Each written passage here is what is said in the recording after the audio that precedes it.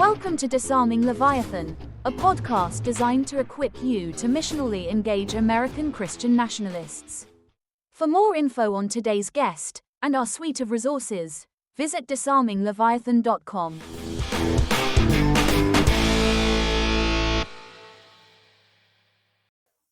Skye, you wrote a book called What If Jesus Was Serious About Justice? I hear a lot about justice-y stuff. We have like a justice system.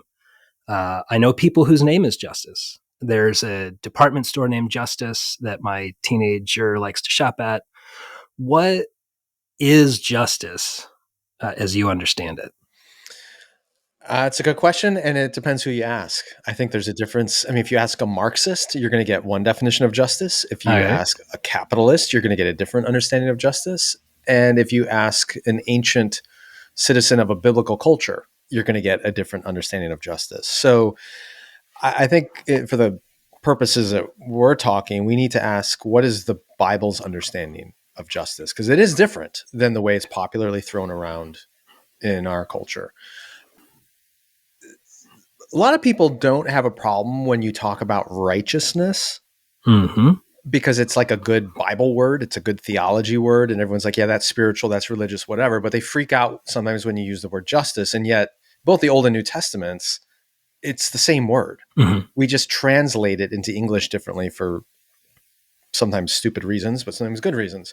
So righteousness and or justice, biblically speaking, refers to the proper ordering or the right ordering of relationships.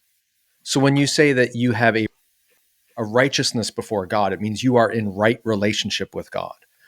And when you say you are in right relationship as a community, as a family, as a society, we will sometimes call that justice. But the Bible doesn't see any difference. It's also righteousness. It's a properly ordered relationship so that everyone in that community can flourish as they were intended by their Creator to flourish. So what we artificially kind of separate is our relationship with God and our relationship from those around us. The Bible really sees those as united, as all being part of God's work of bringing wholeness, restoration, healing. Righteousness is justice. So there's this term like self-righteous that we use. And sometimes when we think about religious people being self-righteous, it's like kind of like holy or not sinning. What I hear you saying is that rightness is more about my relationship with God and with others.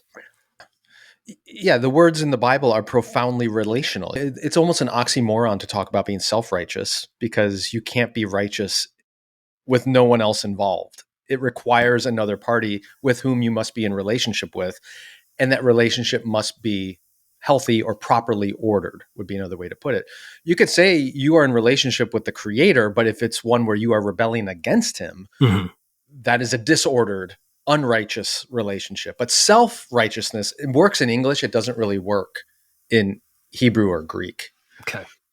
So in the Bible, which I like most of, and I think many of our listeners are familiar with bits of it, you're saying there's this running theme of righteousness and justice.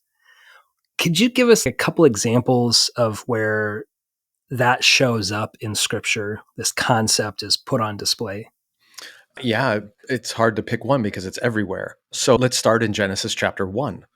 Oh, good. That's an easy one. I know where that is. That's an easy one. Most people are familiar with that. The creation narrative. What you see going on there at the beginning, it talks about how the Spirit of God is hovering over the waters of the deep. There is this primordial, dark, chaotic sea imagery. The Bible uses water or sea imagery all the time to represent disorder, chaos.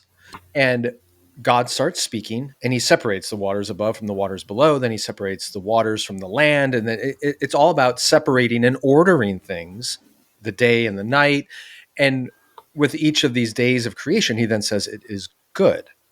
And that concept is going from chaos to order is justice. It's righteousness. It's properly ordering things so that life might flourish. And then what you get in Genesis 3, where the man and the woman rebel against God, you see disorder coming in, where they break their properly ordered relationship with God. They break their properly ordered relationship with each other. And God speaks about how there's going to be this strife between them. And they break their relationship with the creation, and they're cast out into the wilderness, which is another realm of sort of disorder, scarcity, death, and all that. So even from the creation narrative, you see, and scripture says this repeatedly, that God is a God of order. And he has a way of setting things up so that everything can flourish. And there are forces of disorder or injustice that break those relationships down. And so the question that God's people are faced with, both in the Old and New Testaments, is, okay, are you going to be a partner with God in properly ordering things so that everything can flourish? Or are you going to be a partner with disorder that breaks down things, of injustice that perpetuates chaos and evil? That's the theme you see throughout the scriptures. So just as water and land are properly ordered, I, for one, enjoy living on land. And I am terrified of the idea that I would just be thrown into the ocean. That would be the abyss. Like, that would be certain death for me. And so I'm glad that the land is where the land should be. That's like my space. And then there's like fish space over there, which for the fish is great. Right. But for me, that would be an out of order relationship if I was to dwell. Like, I've got to put all this equipment on just to be in the waters. I'm also glad I'm not in the skies, like in space.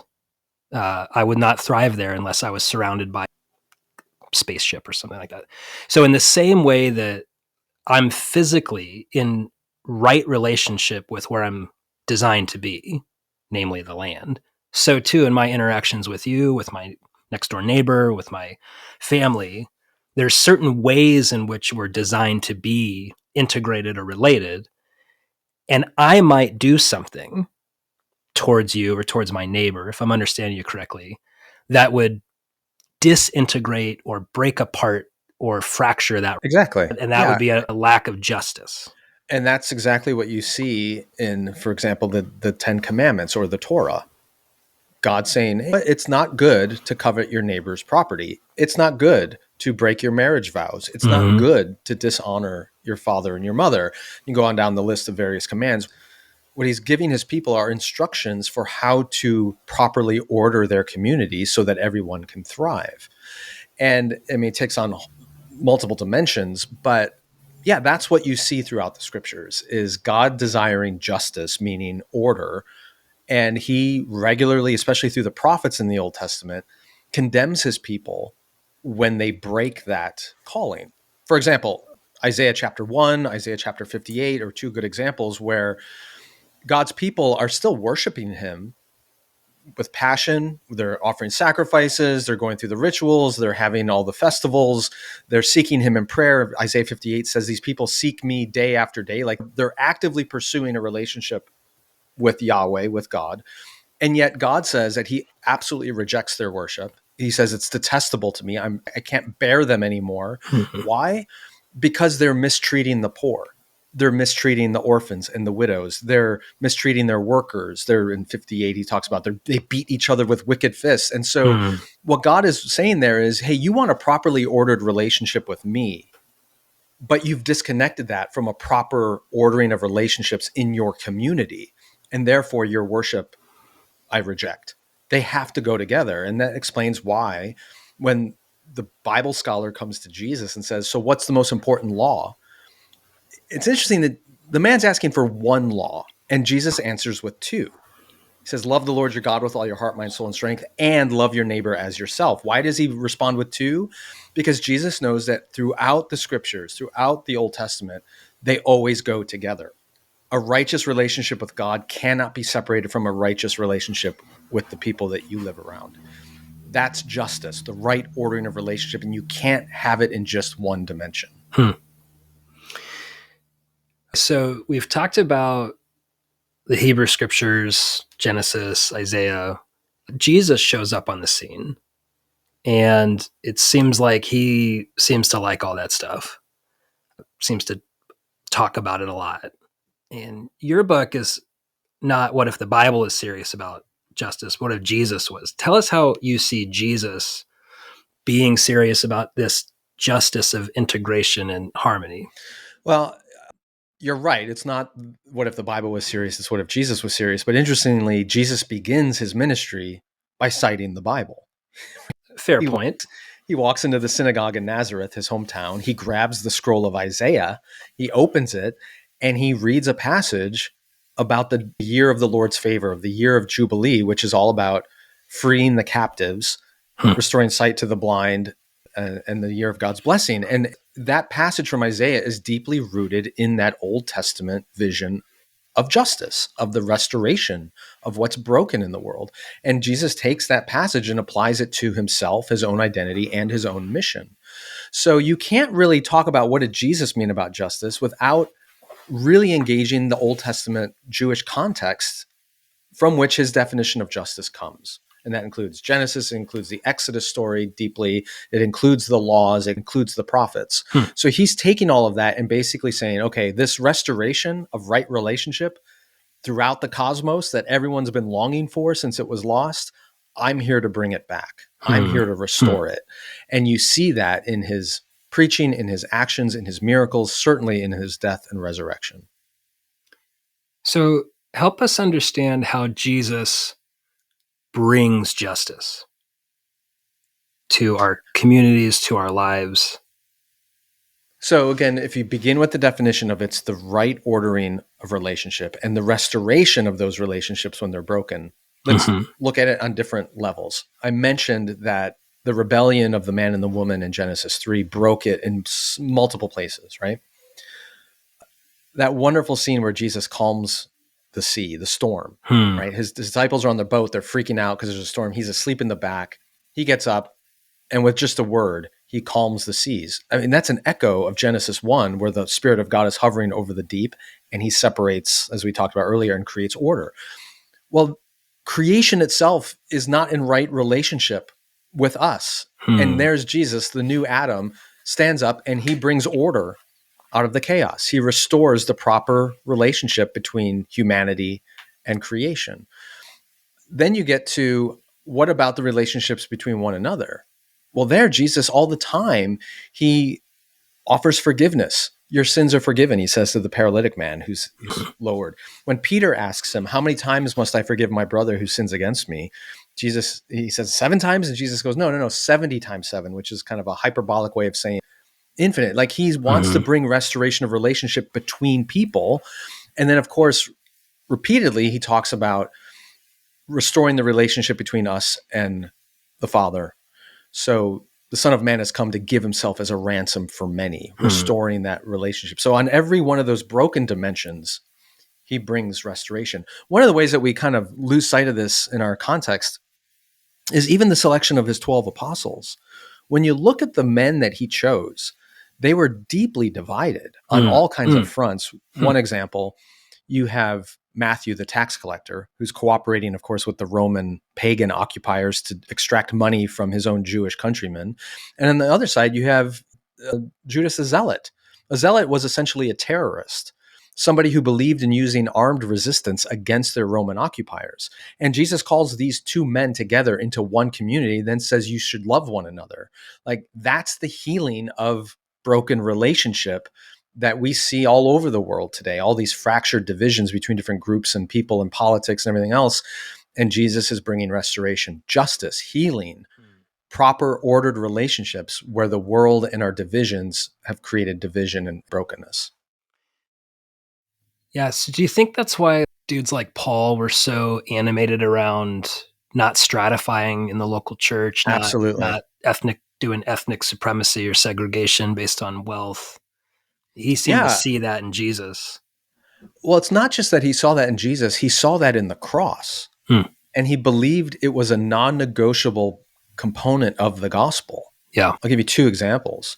In Ephesians 2, Paul's talking about the division that's existed between Jews and Gentiles. And he says through his body on the cross, Jesus has taken these 2 groups and made them into one new man, and then together reconciled them to God the Father. And the order there is very important. Paul says that the cross is not just where Jesus healed my relationship with God, but first and foremost, it's where he has healed the division between me and other people. And only then, after that healing has occurred, does he heal my relationship, our relationship to the Father. But both are present in the cross. There's a horizontal dimension and a vertical.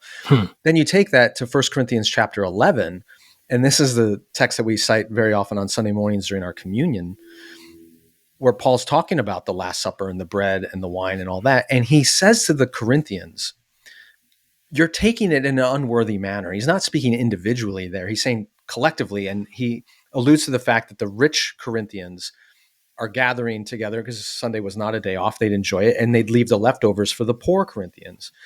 And he actually says this is such an affront, such a rebuke of the gospel of Jesus, that God is judging some of you Corinthians and actually allowing you to die because you have so desecrated the meaning of the gospel, the meaning of the cross, by the disunity that you are displaying across socioeconomic divisions in your church. Because Paul believed that the gospel fundamentally is about the healing of human relationships and divisions, not just our individual restoration and communion with God. They're both present. Yeah. In a lot of American Christianity, we've completely bypassed that horizontal dimension, and all we talk about is my personal relationship with God through Jesus. And that's real, that's there.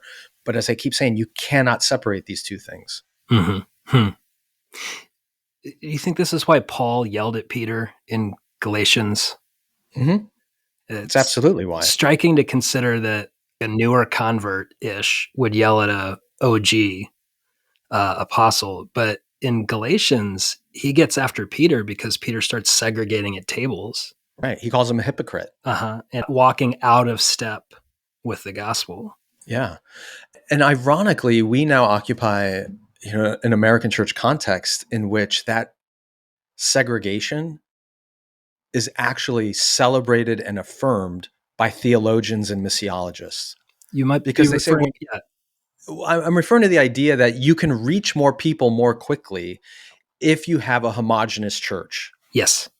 Don't worry about ethnic diversity. Don't worry about economic diversity. Just figure out who your target audience is and build a church for that group. Birds of a feather worship together. And if you just target that group, you'll grow a church more quickly. And that whole idea is rooted in the assumption that what ultimately matters most is only our individual reconciliation to God. And you want to do that for as many individuals as possible. But as far as healing brokenness in society or between different, that's nice when it happens, but it's not essential. Yeah. And Paul, he would have a conniption fit if he heard that in an American church, because he would see that as not just an ignoring part of the gospel, not just a unfortunate blind spot in our understanding of the gospel. He would see that as an utter rejection of the gospel. And that's what's so striking about his rhetoric in Galatians and Ephesians and 1 Corinthians.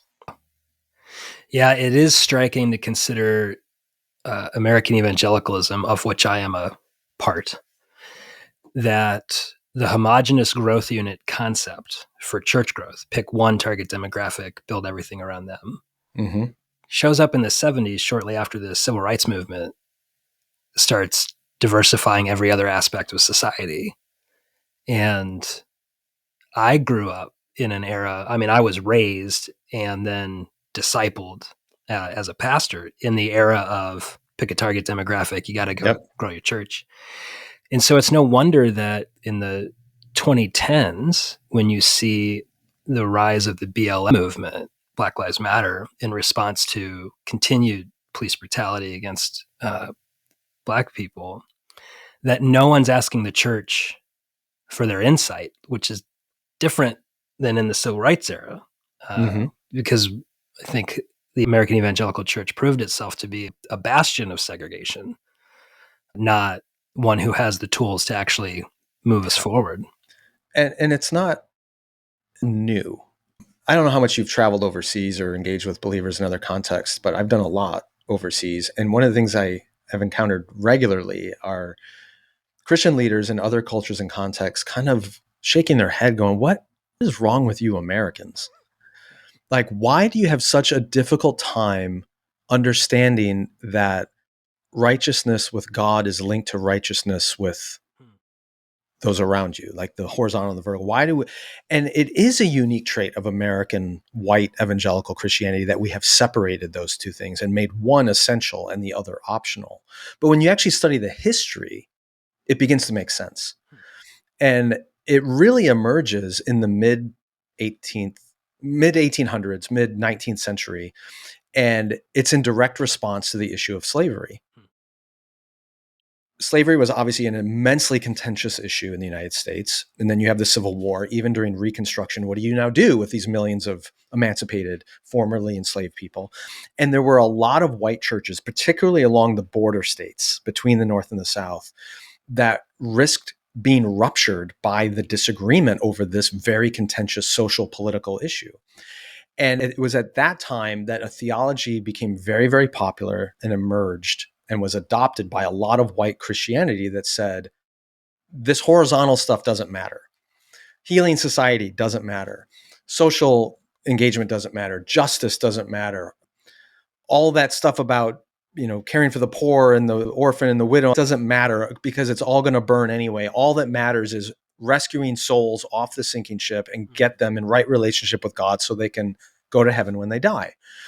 And that is the kind of seed that was planted back then that we are still living with in a lot of American Christianity. But you go to places even like the UK that didn't have a slave culture the way that America did. They don't wrestle with this as much. And you look throughout church history, I mean, my goodness, it was Christians, it was Bible-believing Orthodox Christians who invented the hospital, who invented the university, who invented modern education, who reformed criminal justice many times throughout the centuries, who fought against slavery. And that was what Christians did. And it wasn't because they did that and then denied the resurrection or denied the core tenets of the gospel. They saw it as all going together. And it's a uniquely white, modern American Christian issue that we have separated that from social engagement and seeking right relationships with the people around us. Mm-hmm. And it's really the inheritance of slavery and Reconstruction, just to avoid creating controversies in our church. And it does seem like it would benefit those of us who are financially well off, mm-hmm. like me. Like my family, we have 2 cars and a house. We're wealthy. And if somebody in my community starts talking about, making things right, that makes me nervous, Skye. Yeah. Like doing stuff about what my grandparents did that might impact my money. You can keep that. I'd really like to just focus on, heaven, so I can go there when I die. So I could see that there's an incentive to this, and many of us are the inheritors of this perspective. Right. Malcolm Foley, who's a buddy, just came out with a book called The Anti-Greed Gospel. Oh, and you have it? I have. It's right here. Oh yeah, he's great. Great book. Yep. He's a pastor, I think in Waco.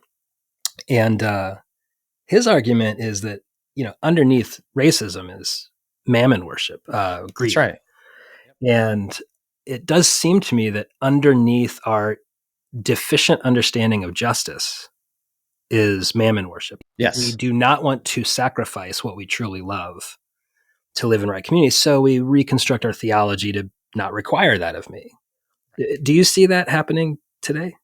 Yeah, absolutely. I tend to agree with Malcolm. I mean, I'm kind of notorious for this on the Holy Post where we're talking about pick an issue. And I usually want to draw it back to what's the economic dynamic of this issue, because it usually goes back to something that is related to money. And interestingly, as I dove into the study of this topic and research for this book, one of the places you see this really amazingly is Matthew 15. So Jesus, as he does often, is in a confrontation with the religious leaders, the Pharisees, and he quotes Isaiah to them. He says, these people honor me with their lips, but their hearts are far from me. And people have probably heard that used a million times. And we usually assume what Jesus means by that is these people are saying all the right things, but they're cold-hearted. They're not really full of zeal and affection, and they're not on fire for the Lord. Lukewarm, right? yeah. lukewarm. And sometimes we use that verse to apply to worship that's stale and people are just going through the motions. They're not raising their hands. Right. They're not raising their hands. They're just reciting the prayers. They're doing the liturgies, whatever, but there's no real emotion in it. Yeah. When you actually read in context of Matthew 15, what's going on there? It's about money.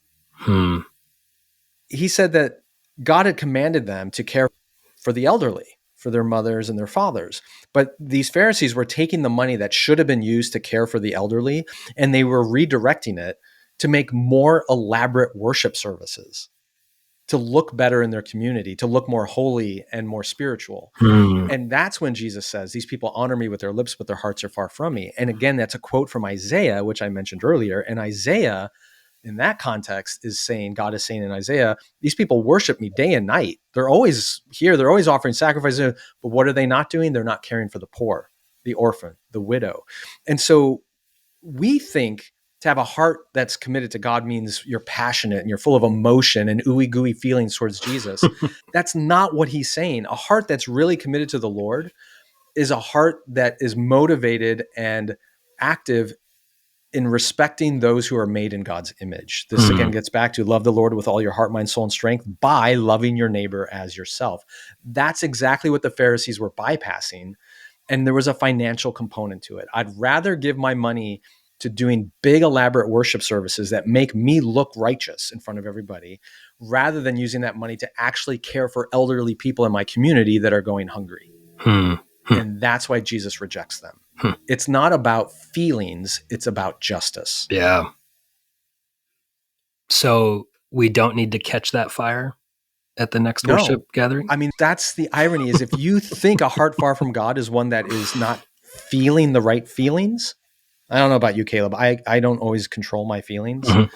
And when I don't feel like I'm on fire, I'm using air quotes, on fire for God, if you think that what God wants from us are those feelings, then you need to go somewhere and get some external stimulation to provoke those feelings. I need a more energetic worship service. I need more pyrotechnics. I need a preacher that screams and froths in passion as they preach. I need that external experience to make me feel things toward God. And that's why you see the American church investing tons of energy in those massive experiences. And yet what Jesus is actually saying is a heart that's truly committed to God shows kindness, goodness, care for those made in his image who are being neglected and forgotten. It's not about what you feel, it's about what you do. One example that comes to my mind in all this is Mother Teresa. After she died, people got access to her journals and discovered that she, for many, many years, experienced what Christians have traditionally called a dark night of the soul. Where she did not feel zealous passion for Jesus. And yet she served those made in his image faithfully every day. She cared for the poor, for the children, the streets of Calcutta. That's what Jesus is talking about. And what's really at stake here, though, isn't just our view of justice or our care for the poor. What's really at stake is our image of who God is. Because if you think a heart that's committed to God is about emotions and passion, that kind of makes God into some, lovesick, doughy-eyed teenager who's just upset that we don't have warm, fuzzy feelings about him. That's not who God is. But if you understand it the way Isaiah meant it, the way Jesus meant it, then you realize, oh, wait a minute. This is a God who cares so much about his people that he says the way you honor and worship me is by caring for the least of these. It's a God of justice. And that's a very different image of who he is than the one that you get in popular American consumer Christianity that makes him into some lovesick teenager. Yeah. Or like a evil despot who needs people to, gather in large crowds and, chant their name and do their little hand salutes. But you know what? If you are in the evangelical industrial complex and that's what people want, you have a product to sell them. You can make a lot of money offering them those ooey gooey feelings, right? Yeah. But if what God is saying, I actually want you to do is love your neighbor, care for the elderly, advocate for those who have no one to advocate for them, show kindness to those that others are bypassing. If that's the way you really honor, there's no money to be made there.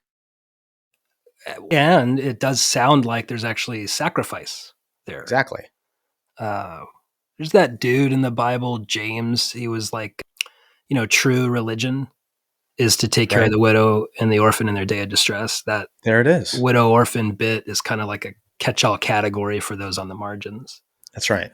So, Skye, we live in a moment, many of us are hearing evangelical leaders saying things like, any talk about justice, especially social justice, is actually Marxism. Mm-hmm. And if your pastor says that, you quote in your book that I think it was Glenn Beck who said, if your pastor uses the phrase social justice, you need to leave that church. I've personally experienced folks who I previously shepherded who've shared that with me on their way out the door. I learned the phrase social justice from world-renowned Marxist leader John Stott, who is not a Marxist, hardcore evangelical and theological heavyweight. And I learned that language of social justice to be talking about, in distinction to what we might call criminal justice or environmental justice, or when I do something willfully against you and how to make that right. There's that kind of a justice. Social justice seems to talk about what I'm obligated to do even when I didn't do a crime. Help us understand that we're hearing this phrase social justice, and it seems to be flexible. Some of what you're hitting on seems to fit in that category. So help us put those pieces together. Well, first of all, there's no biblical imperative that you use the phrase social justice. Okay. So I don't have to. You don't have to. And if I can put a pastor hat on for a second, and anybody who's listening to us who is in some way responsible for shepherding other people, if the use of that phrase is going to be triggering, if it's going to put up walls, if it's going to shut down engagement and conversation, then don't use that phrase. Pick something else. I mentioned how the same word that's translated as justice in the Bible is also translated as righteousness. So use righteousness. Social righteousness. Or no, you don't have to use social. You can use it. You can say communal righteousness. Commune. Or wait. Community righteousness or relational righteousness, right? Yeah. So you can say, hey, we need to have a relationship with God, but he's also calling us to have right relationships and to cultivate right relationships with those around us. Mm-hmm. I don't know too many Christians, as conservative or MAGA as you want, who are going to go, yeah, that's crazy. Who talks about, having a right relationship with the people around you? And yet it's right there in the Sermon on the Mount. Jesus says, if you are going to offer your gift at the altar and there remember your brother has something against you, leave your gift, go be reconciled to your brother, and then come and worship God, right? That's, once again, the horizontal and the vertical. Yeah. So drop the language of social justice and talk about how of an integrated faith.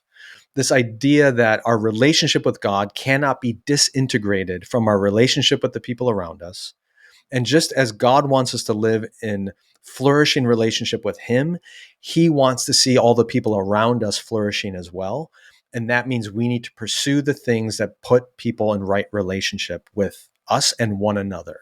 And if you see something wrong, our call as the people of Christ is to work in a way that seeks to correct that. And even the most conservative, politically conservative folks do this in some ways. Like you can talk about advocacy for the unborn or advocacy for people overseas. A lot of people have a great heart for caring for the poor overseas, and somehow they lose that when they're talking about the poor in their own state, city, or community. Yeah. But we do that. We just need to recognize that that is part of what we're called to do in every dimension. So if there is a group of folks in your community who are being systemically under-resourced or persecuted or singled out by authorities for mistreatment, that's something we should want to fix. It's just not, I don't think it has to be triggering, but the moment you use language that gets blacklisted or blackballed on Fox News, you're shutting down the conversation. Yeah. So work around it. Yeah. So how shall we think about, maybe give us some coaching as we're thinking about our lives today? What are some ways that we can be thinking about living justly or righteously in our communities? I think it helps to examine your life with concentric circles. I think it's very sexy to get involved in social activism, right? Some big movement that's trying to tackle some huge problem in the world. So we start one of those outer circles. fix the refugee problem or the immigration problem or the whatever problem. And you can easily overlook the relationships over which you have far more authority and control. So we need to begin with, if you're married, your relationship with your spouse. If you have children, your relationship with those in your own household. And then go out from that. What about my literal neighbors? The people who live right around me? What about the people with whom I'm in relationship with through my vocation, my work? Is there brokenness in any of those relationships? If you're an employer, am I paying my people fairly? What would they say if I asked them? And then you go out wider and wider. And then you get to the point of, well, should I be doing something or contributing to some larger justice? And we can't fix everything that's broken in the world. We all have to decide, what is God calling me to be engaged in and active in? But I would just encourage people to start at the center and work out rather than the out and work in. That's so good. Well, Skye, thank you so much for being with us today. Where can people find you and your work? Holypost.com is where a lot of our stuff is. And of course, the Holy Post podcast, we have a bunch of shows and different things. And then the Holy Post channel on YouTube, where we have a lot of explainer videos and content. And we're adding more all the time. Awesome. And just want to recommend once again your book, What If Jesus is Serious About Justice, which is out now. So thank you all so much for being with us. Thanks, Caleb.